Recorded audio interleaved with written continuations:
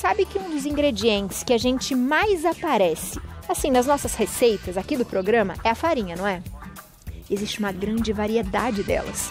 Para entender melhor quais são os melhores tipos de farinha para a saúde, para a gastronomia, eu recebo aqui no nosso estúdio o fisiologista ortomolecular, bioquímico e especialista em longevidade, Dr. Moacir Rosa. Seja muito bem-vindo ao nosso programa, doutor. Prazer é todo meu, muito obrigado pelo convite, é uma satisfação estar aqui. Que bom pra gente também. Quando a gente vê, que o senhor já é especialista, vou passar aqui na frente, de longevidade, significa que o senhor vai dar dicas para que a gente viva bem, com saúde, por um bom tempo. Mais e melhor. Ai, que maravilha. A gente fala muito na gastronomia aqui, doutor, sobre as farinhas. E hoje em dia a gente tem muitas pessoas que já têm uns probleminhas, não posso com farinha, não posso com o trigo, né? E aí as pessoas estão descobrindo as farinhas que já existiam, não é? Sim, sim. É bem isso que funciona? Bem isso. Já existe uma variedade, hoje cada vez o preço vem caindo, né? Que isso eram produtos muito caros. Muito caros. Hoje nós já temos acesso a esses produtos num preço bem mais acessível. E a farinha de trigo, ela invariavelmente precisa ser substituída porque o trigo que nós utilizamos hoje é muito diferente daquele trigo bíblico. Ele tem hoje 20 vezes mais glúten, que é uma proteína muito inflamatória e que vai trazer problemas, mesmo que a pessoa não sinta nada no longo prazo. Então, essas opções mais em conta são muito interessantes para o uso aí na culinária. E eu acho que você começou muito bem, doutor, porque a gente ouve muito isso dos nossos pais, dos nossos avós, mas minha filha a vida inteira fez as coisas com farinha de trigo. Sim. Não fazia mal nenhum, mas não é a mesma farinha. Não é. Ela mudou. Ali nos anos 60 foi a grande transformação do trigo. Houve uma grande praga nos Estados Unidos e as lavouras foram devastadas. Então, por cruzamentos genéticos, eles chegaram no trigo anão. O trigo eram hastes altas, hoje o trigo é baixinho. E esse trigo anão, resistente a pragas, tem 20 vezes mais glúten.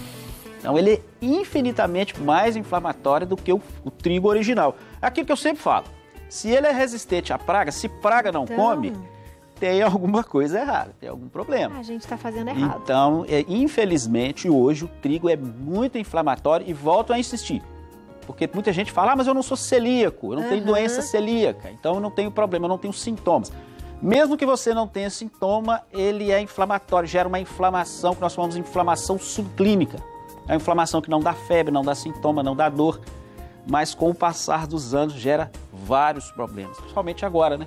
Nessa pandemia, que é uma doença inflamatória, que a fase grave é exatamente a tempestade de citocinas, e alimentos inflamatórios tendem a agravar mais os quadros. Então, mais do que nunca, é preciso ter opções mais saudáveis de farinhas. O que você trouxe pra gente? Pois é, eu trouxe aqui algumas opções, as mais comuns do mercado. Talvez a mais conhecida seja a farinha integral, né? Trigo integral. Mas troquei o trigo agora por trigo integral, né? Que é mais saudável. Não é. Lamento ser portador de más notícias, mas infelizmente não é. Trigo integral tem a mesma quantidade de glúten do trigo refinado. Qual a diferença do trigo integral para o trigo refinado? Ele tem aquela casquinha do trigo que tem alguns nutrientes, porque o trigo refinado, além de ser muito rico em glúten, não tem nutriente nenhum, basicamente é amido. Ele tem uma única função, dar o sinal para a nossa insulina subir e acumular gordura. O senhor acabou com a minha cara agora, porque eu estava crente que a farinha de trigo era uma ótima opção. Infelizmente, o trigo refinado tem muito carboidrato, aliás, ele é só carboidrato. O trigo integral, ele tem alguma coisa de fibras, alguns minerais, muito poucos. Muito pouco. Muito poucos. Então, a diferença do trigo integral para o trigo, porque muita gente troca para emagrecer, né? Sim, vou usar mas esse o intuito, doutor. É um intuito que, infelizmente, não vai funcionar. Continua muito rico em carboidrato, continua muito pobre em nutrientes e continua com aquela quantidade alta de glúten, que é o grande problema do trigo. Ai. E o que mais que a gente tem, doutor? Traz uma solução pra gente. Eu vou seguir uma sequência aqui que eu considero o menos pior e a gente vai avançando. Gostei, vamos lá. Depois nós temos aqui a farinha de milho. O milho, assim como o trigo, é um grão. E todos os grãos têm outro problema. Ele tem umas substâncias que nós conhecemos como antinutrientes. O mais conhecido são os fitatos. Então, todos os grãos têm fitatos. O que são esses fitatos? Eles lá no nosso intestino, eles acabam inflamando o nosso intestino e prejudicam a absorção de alguns minerais, como magnésio, como zinco, como cobre. Muito ruim também nesse momento, que o zinco, o cobre, o magnésio são fundamentais para o nosso sistema imunológico. Mas o milho tem uma grande vantagem, ele não tem glúten.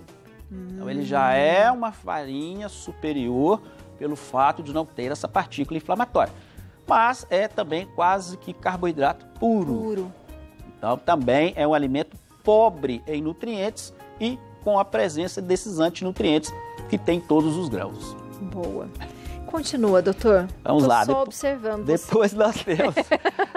calma, pessoal. Tudo vai se desenhar no futuro. Depois nós temos o arroz, que também é um grão.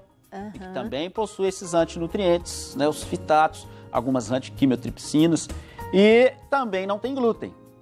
Então, o arroz também tem a mesma vantagem do trigo pelo fato de não possuir o glúten. Então, é uma alternativa interessante aí para fazer receitas que não sejam inflamatórias.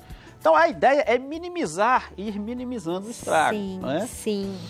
Depois nós temos... Quer que eu veja aqui? Eu leio para você. A mandioca. Farinha de mandioca, isso. Mandioca, tapioca, né? Tem gente que chama de tapioca, tem gente que tá fazendo tapioca com a intenção de emagrecer, né? Também. Eu troquei o pão pela tapioca que eu vou emagrecer. Vai não, tá? Porque a Andresa, mandioca... você tá entendendo, doutor, né, Andresa? A mandioca é carboidrato, não é um grão. A mandioca é um tubérculo, mas é um tubérculo rico em amido. Então também é um alimento pobre. Ele tem duas vantagens com relação às outras farinhas. Primeiro, também não tem glúten. Também não tem glúten. Não é inflamatório. E também não tem antinutrientes. Bom, então já tá é uma opção, já começa a ficar interessante a opção de utilizar a farinha de mandioca aí para as receitas. E aí tem a farinha mais fininha, a mais grossinha para fazer tapioca. Então já há algumas possibilidades com essa farinha. Depois nós temos o trigo sarraceno. Esse eu acho que eu nunca vi, doutor. Ele, na verdade, é um alimento muito comum. Ele vem do Oriente Médio, mas muito comum na Ásia, muito comum na Europa, ali na Grã-Bretanha é muito utilizado. Ele, na verdade, não é um grão, ele é uma semente. Ele não tem nada a ver com trigo, ele não é nem parente do trigo, ele é parente do ruibarbo, que é uma planta muito utilizada para o intestino. Mas já é um alimento mais rico. Ele já tem uma quantidade de proteínas, de fibras, já é um alimento mais interessante. Não tem glúten, a quantidade de antinutrientes é menor. Então já começa hoje se encontra com uma relativa facilidade o trigo sarraceno. Aí eu não sei aí se cabe bem nas receitas, se fica legal. Apesar de eu ser cozinheiro de final de semana, farinha não é muito meu forte. Mas é interessante, já é um alimento mais rico. Certo. Depois é a aveia, né? Isso. É a aveia. Aveia. A aveia já começa, depois do trigo sarraceno, a riqueza de proteínas, riqueza de gorduras saudáveis, gorduras boas. Mas a aveia é um grão. E ela tem dois poréns, isso é muito importante que nós vamos falar aqui. A maioria da aveia que se vende no supermercado, a aveia não tem glúten. Mas ela vem contaminada com glúten por contaminação cruzada, porque ela usa os mesmos silos do trigo, a mesma transportadora, os mesmos moinhos, então ela se contamina com glúten. Então, muita atenção. Vai comprar farinha de aveia ou aveia, vê lá na caixinha, sem glúten. Tem que estar lá sem glúten. Tem que estar escrito sem glúten. Sem glúten. A aveia já é um alimento bem mais rico, por ser um grão. Tem antinutrientes e é um destaque para a avenina e para as lectinas, que promovem uma inflamação, sim, principalmente se for consumida em excesso, no nosso intestino. Mas também tem moléculas interessantes, por exemplo, a beta-glucana, que é uma molécula muito interessante para diabéticos. Reduz a resistência à insulina, então ela já começa ali a ter um lado negativo e um lado positivo. Não? Um equilíbrio. Um equilíbrio. Boa. Bem superior ao trigo. Muito superior. Muito superior. Ela tá ficando boa aqui no... Tá melhorando. Tá melhorando. Essa outra é de coco, isso? Bom, agora já começa essas últimas farinhas realmente interessantes. O coco é um alimento muito rico, não é um grão, não tem antinutrientes, não tem glúten e é riquíssimo em gorduras de qualidade, principalmente os triglicerídeos de cadeia média. E aí um destaque para o ácido cáprico, capróico, caprílico, ácido láurico. Esses triglicerídeos de cadeia média são energéticos por natureza, mas não se acumulam no nosso corpo. Então eles geram energia sem provocar o aumento de peso. Olha que interessante. Parabéns para o Farinha de Coco! Tá ganhando. Que legal. Fora a presença de fibras, né? O coco tem muitas fibras e essas fibras são importantes também lá no nosso intestino, porque elas geram os triglicerídeos de cadeia curta, que são alimentos para o nosso intestino, para os enterócitos do nosso intestino. E o intestino, pessoal, a gente está falando muito de intestino aqui, ele é responsável por 80% do nosso sistema imunológico. Está todo mundo preocupado em reforçar o sistema imunológico? Cuidem dos seus intestinos. Não consumam, evitem o máximo de consumir farinha de trigo, pelo menos nesse momento. Pelo menos nesse momento. Porque inflamar o intestino é muito ruim para o nosso sistema imunológico. E quais são as maiores consequências disso acontecer, doutor? Em relação à nossa saúde. Hoje nós sabemos que os orientais já sabem disso há milhares de anos, né? O intestino, ele é um órgão nobre na medicina oriental.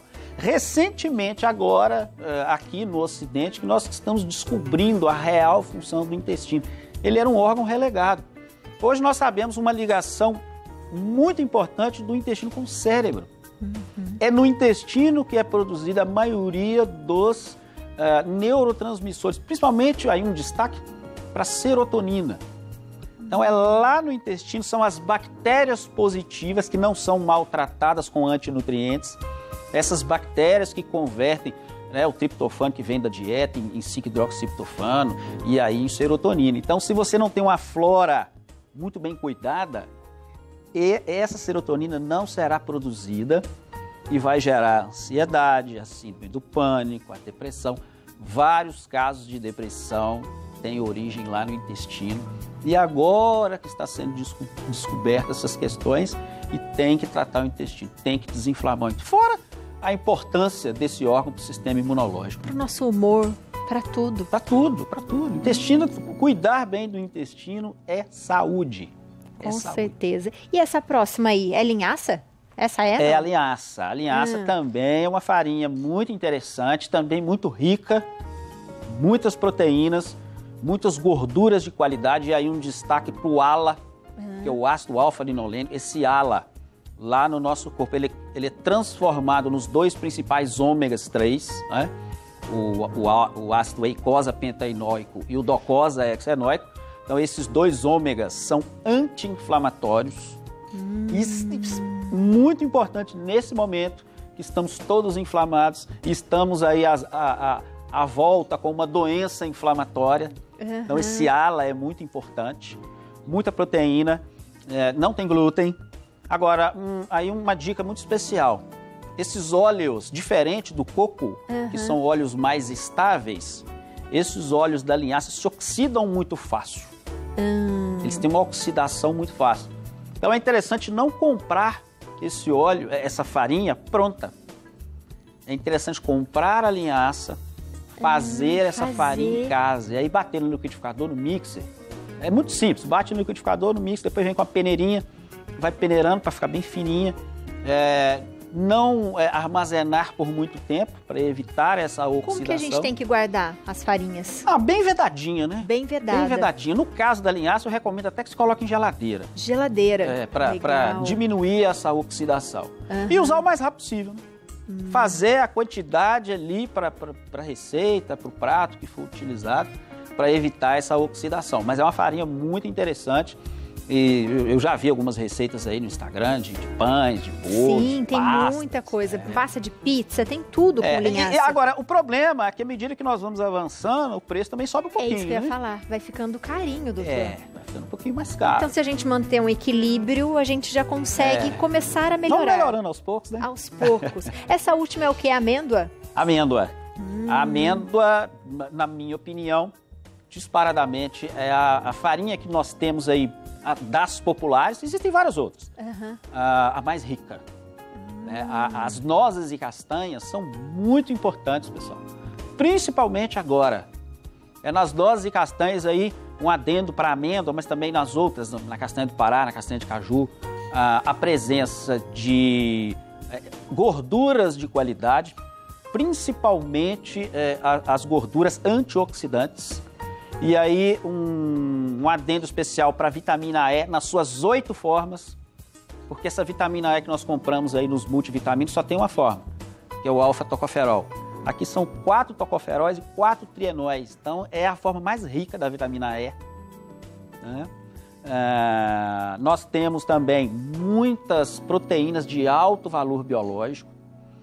Também é interessante fazer na hora. Também evitar de comprar também. São óleos que se oxidam muito fácil. O ômega 9 está presente aqui. E o ômega 9 ele se oxida muito fácil. Que é o mesmo óleo do azeite, né? O ácido oleico. Ele se oxida muito fácil. Então é interessante comprar a amêndoa e fazer como na linhaça. A mesma coisa da linhaça. Bater, né? Bater. Guardar muito na geladeira. Cobre, muito magnésio, muito zinco. Elementos essenciais para superóxidos mutáveis, para todo o processo de combate imunológico que nós precisamos tanto nesse momento. Então, gente, vamos fazer um equilíbrio em casa. A gente sabe que essas farinhas, essas últimas... Essas pra cá, as melhores, né? São as mais caras. Daqui a pouco a gente acredita que isso não, né? Isso vai diminuir, se Mas Deus diminuiu quiser. muito o preço. Já Era diminuiu, muito né, caro. doutor? Diminuiu. Mas a gente faz esse equilíbrio e vai fazendo em casa, vai evitando um pouco, vai se cuidando, né, doutor? Porque a gente merece. Olha quanta diferença os alimentos fazem na nossa vida. Doutor, eu adorei. Quero que o senhor volte a falar de várias outras propriedades pra gente, ensinar a gente a ter uma vida boa, com qualidade, não é? Se cuidando. Seja muito bem-vindo à nossa casa, viu, doutor? Muito obrigado. Foi um grande, um enorme prazer estar aqui com vocês.